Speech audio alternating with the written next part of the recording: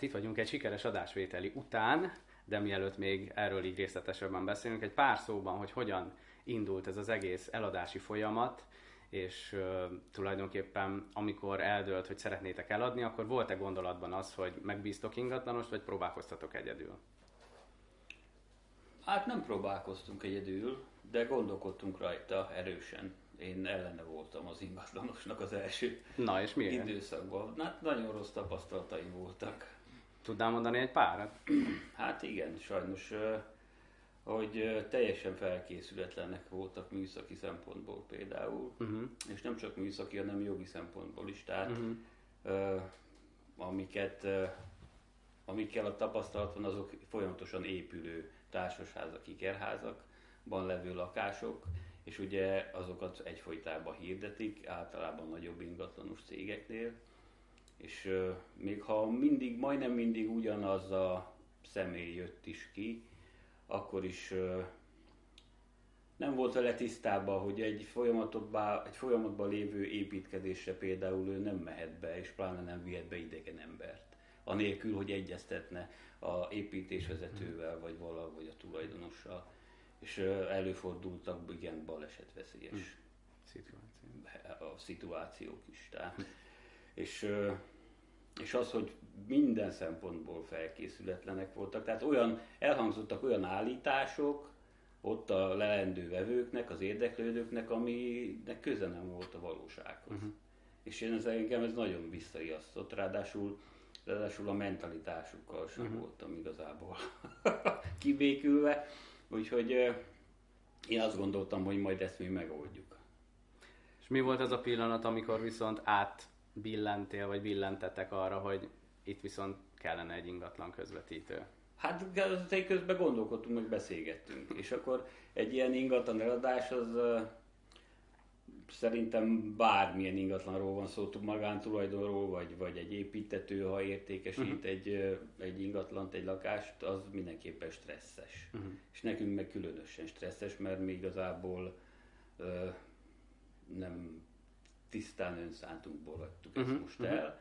Volt egy kis kényszer, ez már önmagában egy stressz, és arra végig gondoltuk, hogy most akkor egyfolytában jönni fognak, nézni fogják, akkor itt szapulják, meg ugye hozzátartozik az is, ugye, mint később ez kiderült elég tisztán és világosan, hogy mivel ez könnyű szerkezetes ház, így nagyon sok az ellenérzés, nagyon sok emberben magas ellenérzés támad, mikor megtudják, hogy ez könnyű szerkezetes. Milyen elvárás volt, ha volt, vagy milyen benyomásra számítottatok, és mi az, amit amúgy az első találkozón mondjuk kaptatok, tapasztaltatok? Én amikor a legelőször felhívtalak, és nem tudom mennyire emlékszel, nem tudtad akkor fölvenni a telefont. Igen. És utána visszahívtál.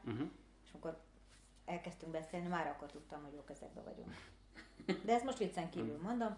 Én már akkor, ahogy beszéltél, a visszajelzés, rögtön azzal kezdtem, hogy könnyű szerkezetes a ház, nem tudom mennyire emlékszem, mert hogy ugye ez... Egy pár dolgot igen átbeszéltünk mindenképpen, hogy miről lenne szó. Úgy voltam vele, hogy ha ez záró ok, akkor most az elején tisztázzuk, és ne is raboljuk egymás idejét, de neked ez nem volt akadály. Ja, meg megnéztük a videódat. és ugye milyen meglepő, hogy amikor eljöttél személyesen, akkor ugyanazt az embert láttuk, és ugyanazzal beszéltünk, mint aki a videón van, meg a bemutatkozó oldalakon, meg amiket leírsz ugye az oldaladon, hogy ezek valósak, és azért ez ritka. Én azt gondolom. Igen. Úgyhogy nekünk ez... Tehát ez a startolás az akkor igen. Szuper volt.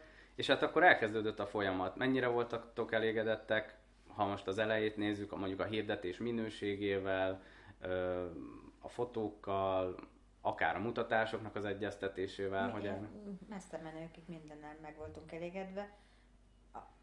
Eleve az, hogy ezt olyan terhet vettél le ezzel a vállunkról, hogy...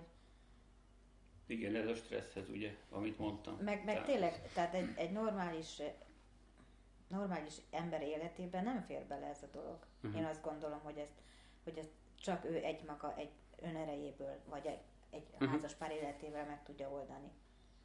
Hát mondjuk nekünk most egy kicsit sűrűbb az átlagnál, úgyhogy ebben nagy segítség De volt. ha nem lett volna ennyire sűrűsen vágtam volna bele egyedül, én most már utólag azt mondom, mert nagyon nagy terhet vett le a Jani ezzel a vállunkról. Hát óriási. Nem kellett egyeztetnünk, nem kellett nekünk beszélni a házról. megtekintőkkel, nem kellett nekünk ezeket a kellemetlen szituációkat esetenként lejátszani, ha volt ilyen, mert volt ilyen.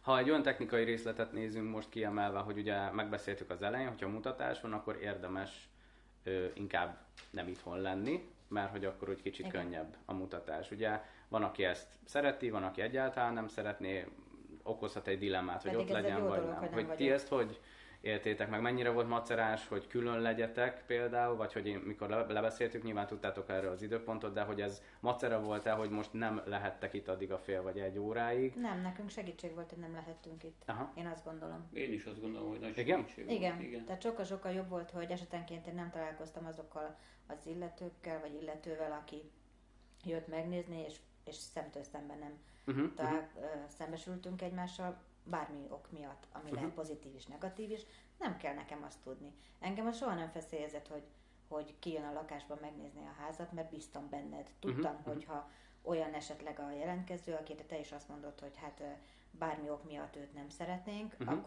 akkor te már ezt tudtad az elején, hogy őt mi nem fogjuk szeretni. És ez számomra könnyebbség volt, hogy nem találkoztunk. Egyrésztről meg az embernek azért ez egy intim szféra a lakása, tehát ez olyan, mintha a magánéletembe jönne be valaki, amit nem feltétlen akar az ember. Igen, és ez így sokkal jobb volt. És például az a része, hogy ugye a mutatásnál nem voltatok itt, az a fajta információ hiány, ami ebből adódik, hogy mennyire adtam ezt vissza, mennyire pótoltam, vagy mennyire éreztétek azt, hogy mindent tudtok a folyamatról, vagy volt-e hiányérzet ezzel kapcsolatban? Semmi, nekem semmi hiányérzetem nem volt. Abszolút semmi. Sőt, ugye abból adódóan, hogy ez könnyű szerkezetes, és akkor akik komolyabban érdeklődtek, ugye ők szerettek volna minél több részletet megtudni a házról. És akkor azért az nekem nagyon pozitív volt, hogy valóban amit meg lehetett tudni, akkor nézzük a rajzot, milyen szerkezet, hogy épült, mikor épült, ki építette, ugye jöttek a hőkamerával. Igen.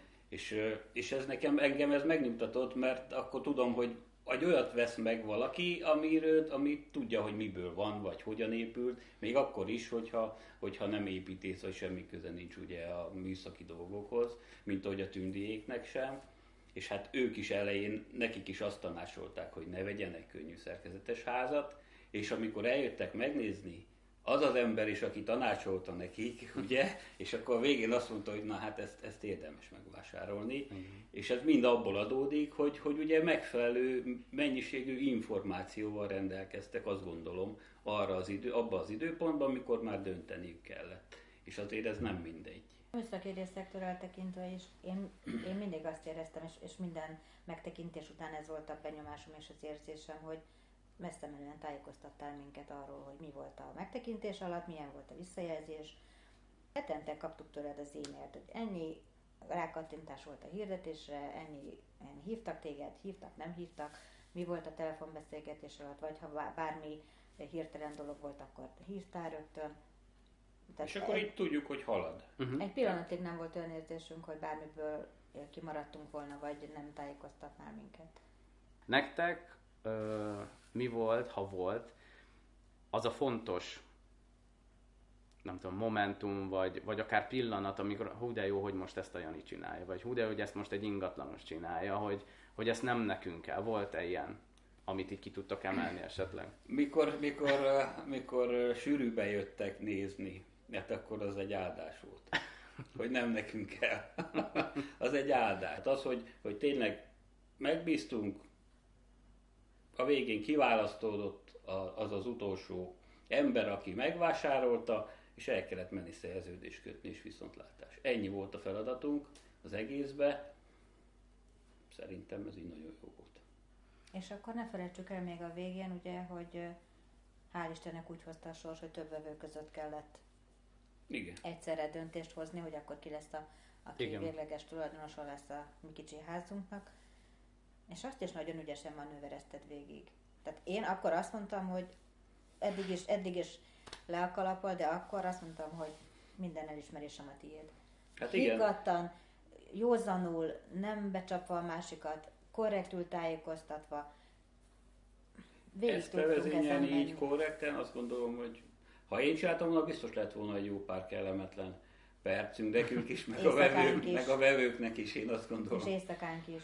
Tehát én nem biztos, hogy le tudtam volna így kommunikálni ezt. Aki nézi mondjuk ezt a videót, és dilemmázik azon, hogy ingatlanost vonjon be, hogy csak egy mondatba vagy pár mondatba, hogy mi lenne talán az a fő dolog, ami miatt javasoljátok. Miért lehet jó egy ingatlan között? Miben segíthet egy ingatlanos? Miben segíthet? Hát rengeteg dologban segíthet, én azt gondolom. És én javasolnám, hogy ingatlanoson keresztül, viszont azt is, hogy azt nagyon jó meg kell gondolni, hogy ki legyen az az ingatlanos. Azt nagyon jó meg kell gondolni, és nem szabad leragadni az elsőnél. Tehát még véletlenül se, hogy valakit fölhív, odajött, hát jó, mindegy, most már azért hirdessük meg nála, ne hirdessük meg nála. Meg kell hallgatni a következőt, beszélgetni kell vele, igenis, akár 2-3-ban is, vagy még többel. Amíg nem talál az ember egy olyat, mert azt gondolom, hogy nagyon fontos a bizalom. A bizalom az nagyon fontos. Amíg a lelkében nem érzi, hogy annak az ingatlannak a sorsa jó kezekbe lesz, és nálad jó kezekbe volt, addig nem kell megbízni senkit. És a óriási teher, amit levesz egy ingatlanos. Hatalmas, hatalmas. És én utólag is ezt mondom, hogy ha újra kellene kezdeni, ugyanígy csinálnám veled. És a jövőben sem fogok mást keresni, csak téged. Hát nagyon szépen köszönöm ezt a részletes kifejtést, a bizalmat is, és hogy ezzel én tulajdonképpen tudtam élni, és be tudtam bizonyítani, hogy ennek is igenis van létjogosultsága, és megvan az eredménye is.